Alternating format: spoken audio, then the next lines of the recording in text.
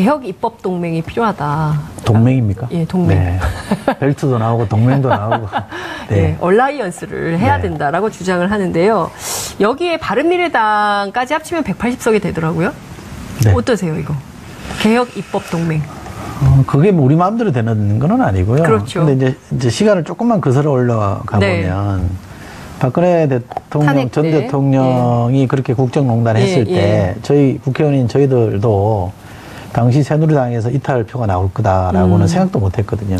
그래서 우리끼리는 아무리 해봤자 네. 저기서 막고 있으니 안 될 거다라는 식으로 판단을 했는데 예. 그게 국민적 힘으로 돌파가 됐잖아요. 네. 촛불의 힘으로 돌파가 된 거 아닙니까? 네. 예. 그래서 형성된 게 230명이 넘는 표가 그렇죠. 탄핵에 찬성한 거잖아요. 저는 이 탄핵연대 그 많은 사람들이 탄핵에 동의했던 국회의원을 중심으로 해서 네. 또 유권자를 전체 국민을 놓고 봐서라도 한 70, 80%가 이 탄핵에 동의했잖아요. 네. 그러니까 국회의원 수도 그렇고 정당도 그렇고 유권자 수준에서도 그렇고 이 탄핵연대를 복원하는 게 전 중요하다고 봅니다. 그래서 그것이 결국 탄핵연대가 이루어진 게 촛불의 힘이기 때문에 네. 촛불 과제를 실현하기 위한 연대라고 하면 저는 얼마든지 가능할 거라고 보는 것이고요. 그것이 네. 어떤 힘으로 명명되든 간에 저는 필요하다고 보는데 이걸 어떻게 이루어낼 거냐가 또 중요합니다. 네. 이게 뭐 주고받기식으로 해가지고 적당히 딜해서 끝낼 문제냐 그건 아닌 거고요. 네. 이 목표가 분명하고 그 목표를 이루기 위해서 당신들이 손잡는 거는 오케이다. 이런 국민적 동의가 있어야 되기 때문에 네. 저는 이 국민과 소통하면서 네. 이 문제를 풀어가야 된다고 봅니다. 연정 얘기도 나와요. 그러니까 이게 그냥 뭐 정책연대 수준의 연합정치부터 낮은 단계에서는 큰 틀에서는 연립정부 얘기까지도 나옵니다. 그래서 특히 뭐 민주평화당이라든가 정의당이라든가 이런 데하고는 내각도 좀 나누고 뭐 그런 방식의 동맹도 얘기를 하는데 불가능합니까? 그것도 가능하다고 저는 봅니다만 선후가 바뀌었습니다. 선후가. 뭐 내가 장관 자리 주면 연정이 되고 네. 장관 자리 안 주면 연정이 안 되냐 네. 그렇게 풀 문제는 아니고요. 그럼 이 세력들이 모여서 뭘 할 거냐. 뭘 할 거냐. 그게 분명해야죠. 네. 그리고 그 뭐 할 거냐를 제시하고 나서 네. 공통의 뭐 공약이랄까요? 목표를 제시하고 나서 거기에 대해서 국민들이 그 정도면 힘을 합쳐서 해라. 라고 하면 이건 가능해지는 거고요. 네. 그것이 성과를 내서 네. 국민들이 볼 때 그거 잘하네. 그거 괜찮다. 네. 조금 더 심도 있게 해봐. 이러면 그게 뭐 연정도 가고 뭐 더 깊은 수준으로 갈 수 있는데 네. 지금 단계에서 무슨 연정이냐 뭐 장관 자리 나누냐 이런 얘기는 저는 본말이 전도됐다고 보고 네. 앞뒤가 뒤바뀌었다. 이건 전형적인 정치 게임이고 국민들을 보고 하는 게 되지 국민들의 동의 없이 하는 게 무슨 힘이 있겠습니까? 이 과거에 민자당인가요? 네. 3당 합당으로 민자당 만들었잖아요. 네. 200석을 넘겼잖아요. 네. 근데 국민적 동의 없이 만들어진 3당 합당이 무슨 힘이 있었습니까? 금방 붕괴됐잖아요. 네. 그 다음 총선에서 무너졌어요. 맞아요. 과반이. 네. 그런 점을 저는 생각한다 그러면 연정이든 연대든 연합이든 또 그 제3의 무엇이든 간에 네. 국민을 전제로 했을 때 가능한 거다. 우리끼리 뭐 나눠 먹게 한다. 손잡고 간다. 이런 거는 동네 뭐 소꿉장난 할 때는 어깨동무가 당연히 해야 되지만 지금 정치를 지금 그렇게 할 때는 아니라고 봅니다. 네. 그런데 왜 이런 얘기가 나오냐면요. 그러니까 보수의 재편이 진행이 되면서 또 이제 그 여권의 재편 얘기도 정치 게임인지는 모르겠으나 그런 얘기가 나오는데 추미애 대표가 민주평화당하고 연정 가능성 0%라고 하자 박지원 의원이 그런 얘기를 한 거거든요. 뭐 청와대와의 교감, 뭐 민주당의 중진들, 뭐 이런 얘기가 나오는 거예요. 그렇기 때문에 그걸 또 여쭤보는 겁니다. 아니 그러니까 그런 네. 방식으로 이 문제를 접근하는 것 자체가 전 틀렸다고 봅니다. 박지원이 틀렸다. 그렇게 접근하면 될 일도 안 되는 거죠. 될 일도 안 된다. 그죠? 예. 왜 하는지에 대한 설명이 없으면 이번에 지방선거에서 우리 국민들이 왜 저희에게 몰표를 줬겠습니까? 왜 자유한국당에게 심하게 매를 들었겠습니까? 네. 지금 우리 유권자들은 바보가 아니다는 수준을 넘어서 굉장히 현명하거든요. 스마트하다고 저는 생각합니다. 네. 그분들이 봤을 때 제가 반복해서 말씀드립니다만 손잡을 만한 이유가 있다 그러면 손잡는 걸 용인해줘요. 게다가 격려까지 해줄 겁니다. 근데 손잡을 이유는 제시하지 않은 채 네. 제가 그냥 단지 쪽수가 모자라니까 숫자가 부족하니까 네. 또는 뭐 옛날에 같은 편이었기 때문에 예? 또는 내한테 이게 이익이 되기 때문에 하자 이렇게 말하는 거는 네. 대단히 잘못된 구태 정치다라고 생각하고요. 저는 가능성을 열어둬야 된다고 생각합니다. 네. 그런데 그것이 국민적 관점에 일반 국민 정치의 관점에서 풀어야 되는 것이지 네. 정당들이 이해타산으로 풀 일은 아니다라고 저는 본다는 겁니다. 네. 전당대회 얘기 좀 여쭤볼게요. 네. 지금 뭐 당대표 출마를 주장하신 분도 계시고 선언하신 분도 계시고 언론이 올린 사람도 있고 그렇습니다. 그러니까 박범계 의원이 출마 선언을 했고요. 그리고 이해찬 전 총리가 저희 프로그램 출연하셔서 출마를 고민 중에 있다고 하셨고 어제는 김부겸 장관이 대통령께 맡겼습니다. 본인의 거취를. 자, 이런 흐름들이 있는데요. 이번 전당대회에서 어떤 기준과 어떤 특별한 까다롭고 특별한 기준으로 당대표가 선출돼야 된다고 보세요? 이게 뭐 시험 보는 게 아니기 때문에 어떤 기준을 갖느냐는 내부에서 토론을 해봐야 될 문제고 네. 이건 또 의원들끼리 모여가지고 정식 게임 하듯이 하면 안 되고 네. 지지층이나 당원들까지 같이 토론이 이루어져야 된다고 저는 생각합니다. 룰이 정해졌잖아요. 그리고 대충 나왔죠. 네. 근데 그 룰은 뭐 크게 손댄 게 아니기 때문에 네. 누가 유불리가 있는 건 아니고요. 다음 당대표가 이제 총선 때까지 가는 거 아닙니까? 네. 그러면 그 시기적으로 봤을 때 선거가 없는 시기인데 네. 이 시기를 우리가 어떻게 치러낼 거냐, 이겨낼 거냐, 뭘 할 거냐. 네. 그런 성격 규정부터 먼저 하고, 그러면 거기에 합당한 리더십은 어떤 거냐, 네. 이런 걸 따져봐야 되는 거죠. 정답은 없습니다. 근데 네. 대체적으로 우리가 필요한 것에 대한 공통분모를 찾아내면은 그런 분들이 이 대표가 될 가능성이 커진다고 저는 생각하고요. 네. 지금 여러분들 뭐 한 20여 명 가까이 네. 거론되는 건 전 나쁘지 않다고 봅니다. 다들 이렇게 그러니까 여론에 한번 던져보는 거잖아요. 네. 민심의 판단을 한번 맡겨보고 거기서 1차 판단을 했을 때 네. 당신은 아닙니다. 이렇게 하면 되게 접는 분들이 나올 테고 네. 그중에 또 끝까지 한번 해보겠습니다라는 분들이 나오면 3명 이상은 되면 컷오프를 또 하거든요. 네. 그렇게 해서 게임을 하는 거면 경쟁을 하는 거면 저는 좋은 사람이 뽑히는 과정이라고 봅니다. 네. 어쨌든 당으로서는 굉장히 인재가 많다. 그런 거기 때문에 전략가 입장에서는 뭐 선수들이 많은 건 나쁘지 않다. 감독 입장에서 이런 겁니까? 그럼요. 네. 지금은 이제 무대 관리를 어떻게 할 거냐. 무대 관리. 속칭 무대 관리를 네, 어떻게 할 거냐 문제지. 이 당내 경제의 구도가 네. 당력을 좀 극대화시키고 우리 당이 국민들로부터 더 사랑받고 신뢰받는 계기, 축제장으로 네. 이걸 활용하는 게 저는 중요하다고 보고요. 이거 게임하다가 경쟁을 너무 심하게 해가지고 쪽박게잖아요. 분열이 생기거나 네. 내상을 입으면 그야말로 소탐대실이죠. 무엇을 할 거냐, 그 무엇을 할 거냐에 필요한 리더십이 뭐냐, 이 굉장히 중요한 포인트인 것 같은데 2020년까지 더불어민주당 뭐 해야 됩니까? 이제는 저는 뭐 평소에 정치인은 성과로 말해야 된다라고 네. 주장하는 사람입니다. 내가 뭔가 하려고 그랬는데 잘 안 됐다 이렇게 말하는 거는 저는 지금까지 정치가 그랬다면 네. 앞으로는 제가 이만큼 이뤄냈습니다. 성과로 말하는 정치의 시대가 돼야 된다고 보고요. 우리 당이 집권 여당이기 때문에 네. 비록 여소야대라는 좀 열악한 조건에 있긴 합니다만 어떻게 해서든 민생 경제의 성과를 만들어내는 대통령이 평화에서 이 남북 관계에서 평화라는 성과를 만들어내는 걸 보면 네. 숫자로 하는 거 아니잖아요. 힘으로 하는 거 아니잖아요. 우리가 뭐 미국보다 힘이 세서 만든 거 아니잖아요. 중국보다 힘이 센 게 아니잖아요. 예.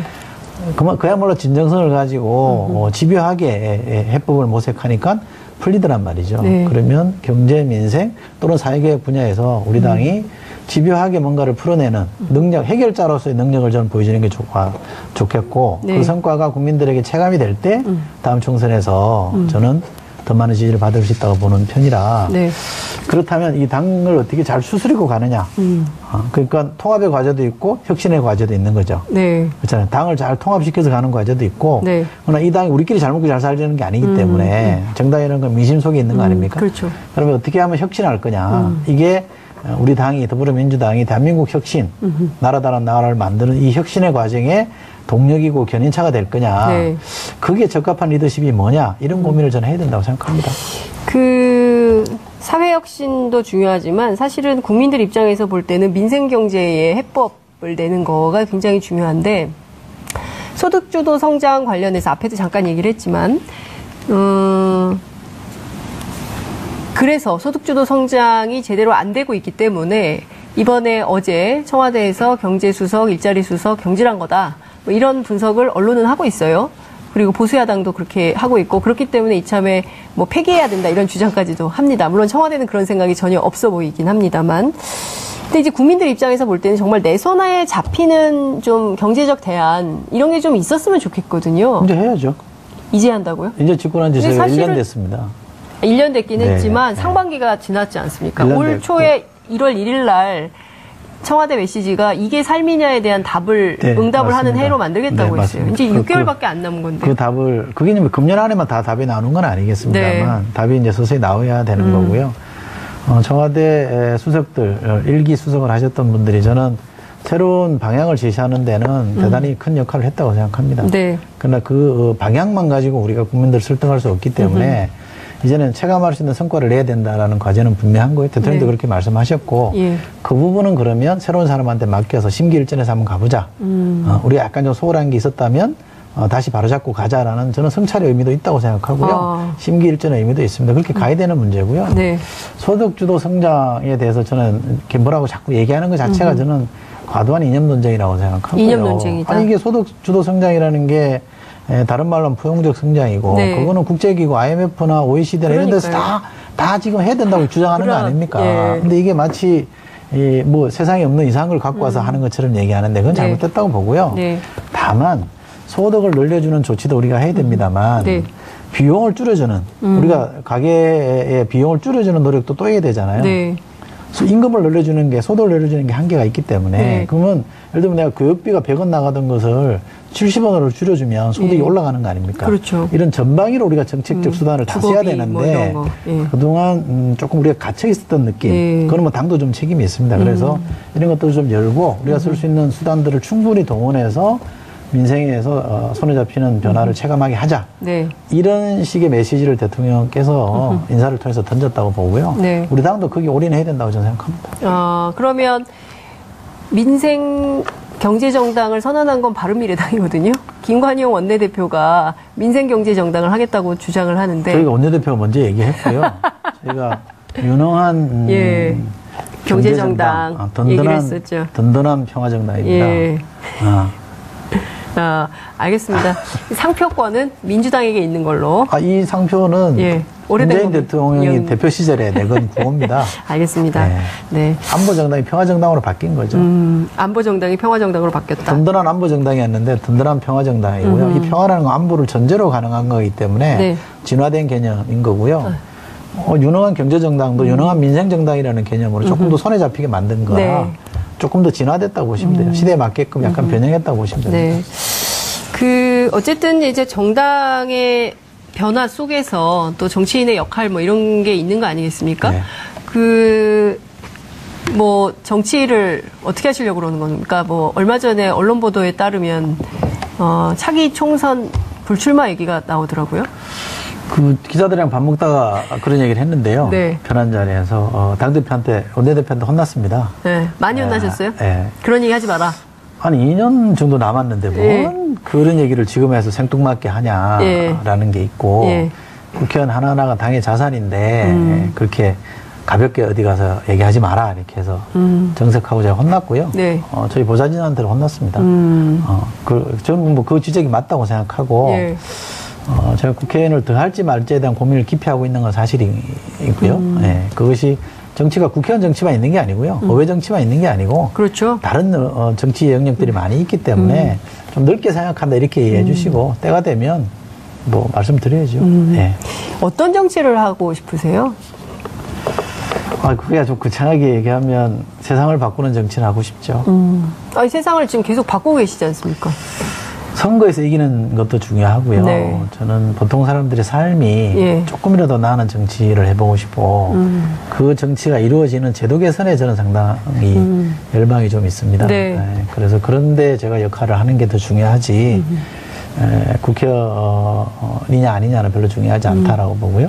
어쩌면 국회의원으로서 할 수 있는 게 분명히 있습니다. 굉장히 중요한 역할이 있는 건 사실이고요. 많이 국회 국방위에서 정말 많은 역할을 하셨잖아요. 하고 계시잖아요. 그것만이 전부는 아니다라는 겁니다. 어쩌면 제가 더 잘할 수 있는 게 이쪽일 수도 있겠다라는 고민이 있다는 거고요. 네. 좀 다른 정치를 하겠다는 거지 정치 자체를 완전히 접겠다 이런 고민을 지금 하고 있지는 않습니다. 다른 정치를 하겠다. 어떤 정치가 될지 굉장히 궁금합니다. 요새 아메리카노 사주는 시민들 있으시죠? 그렇죠. 네. 많이 좀 주시나요? 아니, 한 사람이 하나씩 주지, 뭐, 많이 주겠습니까? 아니, 그러니까, 왔다 갔다 할 때마다 그렇게 힘내라고. 요새는 제일 무슨 얘기 많이 들으세요? 제가, 한때는 특정 그룹, 에게 많이 안티어라고 했습니다. 안티어? 까방권도 받고 요즘도 뭐 이렇게 좋은 평가들 해줘서 행복하게 정치하고 있습니다. 네, 알겠습니다. 너무 재밌었고요. 조만간 또 모셔서 새로운 정치 얘기 좀 들어야 되겠습니다. 고맙습니다. 개혁 입법 동맹이 필요하다. 동맹입니까? 예, 동맹. 네. 벨트도 나오고 동맹도 나오고. 네. 네, 얼라이언스를 해야 네. 된다라고 주장을 하는데요. 여기에 바른미래당까지 합치면 180석이 되더라고요. 네. 어떠세요, 이거? 개혁 입법 동맹. 그게 뭐 우리 마음대로 되는 건 아니고요. 그렇죠. 근데 이제 시간을 조금만 거슬러 올라가 네. 보면 박근혜 대통령, 탄핵 전 때. 대통령이 그렇게 국정농단 했을 예, 때 저희 국회의원인 저희들도 당시 새누리당에서 이탈표가 나올 거다라고는 생각도 못 했거든요. 그래서 우리끼리는 아무리 해봤자 네. 저기서 막고 있으니 안 될 거다라는 그래서 막 식으로 날짜도 판단을 미루고 했는데 막 그랬었죠. 예. 그게 국민적 힘으로 돌파가 됐잖아요. 예. 촛불의 힘으로 돌파가 된 거 아닙니까? 네. 예. 그래서 형성된 게 230명이 넘는 표가 그렇죠. 탄핵에 찬성한 거잖아요. 저는 이 탄핵 연대 그 많은 사람들이 탄핵에 동의했던 국회의원을 중심으로 해서 네. 또 유권자를 전체 국민을 놓고 봐서라도 한 7, 80%가 이 탄핵에 동의했잖아요. 네. 그러니까 국회의원 수도 그렇고 정당도 그렇고 유권자 수준에서도 그렇고 이 탄핵 연대를 복원하는 게 전 중요하다고 봅니다. 그래서 그것이 결국 탄핵 연대가 이루어진 게 촛불의 힘이기 때문에 네. 촛불 과제를 실현하기 위한 연대라고 하면 저는 얼마든지 가능할 거라고 보는 것이고요. 그것이 네. 어떤 힘으로 명명되든 간에 저는 필요하다고 보는데 이걸 어떻게 이루어낼 거냐가 또 중요합니다. 네. 이게 뭐 주고받기식으로 해가지고 적당히 딜해서 끝낼 문제냐 그건 아닌 거고요. 네. 이 목표가 분명하고 그 목표를 이루기 위해서 당신들이 손잡는 거는 오케이다. 이런 국민적 동의가 있어야 되기 때문에 네. 저는 이 국민과 소통하면서 네. 이 문제를 풀어가야 된다고 봅니다. 연정 얘기도 나와요. 그러니까 이게 그냥 뭐 정책연대 수준의 연합정치부터 낮은 단계에서는 큰 틀에서는 연립정부 얘기까지도 나옵니다. 그래서 특히 뭐 민주평화당이라든가 정의당이라든가 이런 데하고는 내각도 좀 나누고 뭐 그런 방식의 동맹도 얘기를 하는데 불가능합니까? 그것도 가능하다고 저는 봅니다만 선호가 바뀌었습니다. 선호가. 뭐 내가 장관 자리 주면 연정이 되고 네. 장관 자리 안 주면 연정이 안 되냐 네. 그렇게 풀 문제는 아니고요. 그럼 이 세력들이 모여서 뭘 할 거냐? 뭘 할 거냐? 그게 분명해야죠. 네. 그리고 그 뭐 할 거냐를 제시하고 나서 네. 공통의 뭐 공약이랄까요? 목표를 제시하고 나서 거기에 대해서 국민들이 그 정도면 힘을 합쳐서 해라. 라고 하면 이건 가능해지는 거고요. 네. 그것이 성과를 내서 네. 국민들이 볼 때 그거 잘하네. 그거 괜찮다. 네. 조금 더 심도 있게 해봐. 이러면 그게 뭐 연정도 가고 뭐 더 깊으니까 그런 네. 방식으로 이 문제를 접근하는 것 자체가 전 틀렸다고 봅니다. 박지원이 틀렸다. 그렇게 접근하면 될 일도 안 되는 거죠. 될 일도 안 된다. 그죠. 예. 왜 하는지에 대한 설명이 없으면 이번에 지방선거에서 우리 국민들이 왜 저희에게 몰표를 줬겠습니까? 왜 자유한국당에게 심하게 매를 들었겠습니까? 네. 지금 우리 유권자들은 바보가 아니다는 수준을 넘어서 굉장히 현명하거든요. 스마트하다고 저는 생각합니다. 네. 그분들이 봤을 때 제가 반복해서 말씀드립니다만 손잡을 만한 이유가 있다 그러면 손잡는 걸 용인해줘요. 게다가 격려까지 해줄 겁니다. 근데 손잡을 이유는 제시하지 않은 채 네. 제가 그냥 단지 쪽수가 모자라니까 숫자가 부족하니까 네. 또는 뭐 옛날에 같은 편이었기 때문에 예? 또는 내한테 이게 이익이 되기 때문에 하자 이렇게 말하는 거는 네. 대단히 잘못된 구태 정치다라고 생각하고요. 저는 가능성을 열어둬야 된다고 생각합니다. 네. 그러나 그것이 국민적 관점, 일반 국민 정치의 관점에서 풀어야 되는 것이지 네. 정당들이 이해타산으로 풀 일은 아니다라고 저는 본다는 겁니다. 네. 전당대회 얘기 좀 여쭤볼게요. 네. 지금 뭐 당대표 출마를 주장하신 분도 계시고 선언하신 분도 계시고 언론이 올린 사람도 있고 그렇습니다. 그러니까 박범계 의원이 출마 선언을 했고요. 그리고 이해찬 전 총리가 저희 프로그램 출연하셔서 출마를 고민 중에 있다고 하셨고 어제는 김부겸 장관이 대통령께 맡겼습니다. 본인의 거취를. 자, 이런 흐름들이 있는데요. 이번 전당대회에서 어떤 기준과 어떤 특별한 까다롭고 특별한 기준으로 당대표가 선출돼야 된다고 보세요? 이게 뭐 시험 보는 게 아니기 때문에 어떤 기준을 갖느냐는 내부에서 토론을 해봐야 될 문제고 네. 이것도 의원들끼리 모여가지고 정식 게임 하듯이 하면 안 되고 네. 지지층이나 당원들까지 같이 토론이 이루어져야 된다고 저는 생각합니다. 룰이 정해졌잖아요. 그리고 대충 나왔죠. 네. 근데 그 룰은 뭐 크게 손댄 게 아니기 때문에 네. 누가 유불리가 있는 건 아니고요. 다음 당대표가 이제 총선 때까지 가는 거 아닙니까? 네. 그러면 그 시기적으로 봤을 때 선거가 없는 시기인데 네.